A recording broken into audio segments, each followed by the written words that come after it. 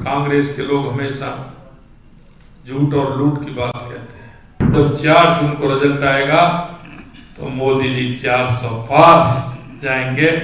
ये जनता के मन की बात जो है, क्योंकि जनता को एक विश्वास हो गया है कि मोदी जी जो कहते हैं वो करते हैं। 2014 से पहले इस देश की स्थितियों को देखा है। 2014 से पहले इस देश के अंदर किस तरह की स्थिति थी आपने देखा होगा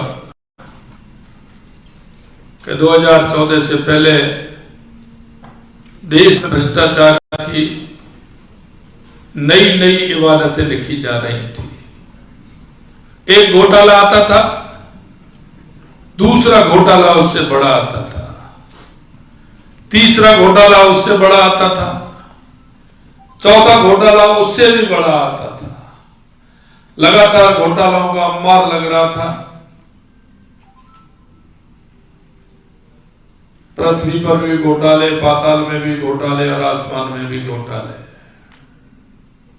कोई भी राष्ट्रवादी व्यक्ति जब पेपर पढ़ने सुबह बैठता था तो आतंकवाद और घोटाला, नक्सलवाद को देख करके उनकी आंखों में आंसू आ जाते थे। पेपर उन आंखों के आंसुओं से गीला हो जाता था। मैं आपको यही कहना चाहता हूं, देश के यशस्वी प्रधानमंत्री नरेंद्र मोदी जी के नेतृत्व में 2014 के बाद देश के घोटालों से मुक्ति मिली, देश को आतंकवाद से मुक्ति मिली, देश को नक्सलवाद से मुक्ति मिली। कांग्रेस हमेशा गरीब की बात करती थी, लेकिन गरीबी से कोई वास्ता नहीं था। आज हम कह सकते हैं कि 2014 के बाद गरीब कल्याण की योजनाओं ने मूर्त रूप लिया है और देश के यशस्वी प्रधानमंत्री नरेंद्र मोदी जी ने उस गरीब कल्याण की परिभाषा को बदलने का काम किया। कांग्रेस के लोग हमेशा झूठ और लूट की बात कहते हैं। कांग्रेस हमेशा चुनाव आते हैं, उनके घोषणा पत्र बड़े लोभावने होते हैं। ऐसे होते हैं क्योंकि उनको काम नहीं करना होता है, सिर्फ उनको घोषणा पत्र जारी करना होता है। और वो मैं इसलिए नहीं कह रहा हूं, वो मैं आपसे भी कहना चाहता हूं, कांग्रेस के 1 नहीं 2 3 4 5 बार के आप घोषणा पत्र उठा के देख लीजिए और आप उन पर विचार करिए, उनकी स्टोरी भी बनाइए कि उन्होंने हमेशा किस तरह की घोषणा करते हैं और उनको पूरा कितना करते हैं। और एक तरफ भारतीय जनता पार्टी है, देश के यशस्वी प्रधानमंत्री नरेंद्र मोदी है। 2014 में जो संकल्प पत्र जारी किया उसको 19 तक पूरा किया और 19 में जो जारी किया उसको 2024 तक पूरा किया। और अब हमने 2024 तक जो संकल्प पत्र लाए हैं उसको भी हम पूरा करें। 90 दिन के अंदर राजस्थान की सरकार ने वो काम किए हैं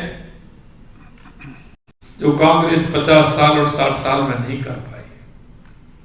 कांग्रेस ने बजटों को खूब बनाने की कोशिश की, बजट में भी की, विधानसभा में की, चुनावों में भी उनको इस्तेमाल किया, लेकिन एक भी वायदा उन्होंने पूरा नहीं किया।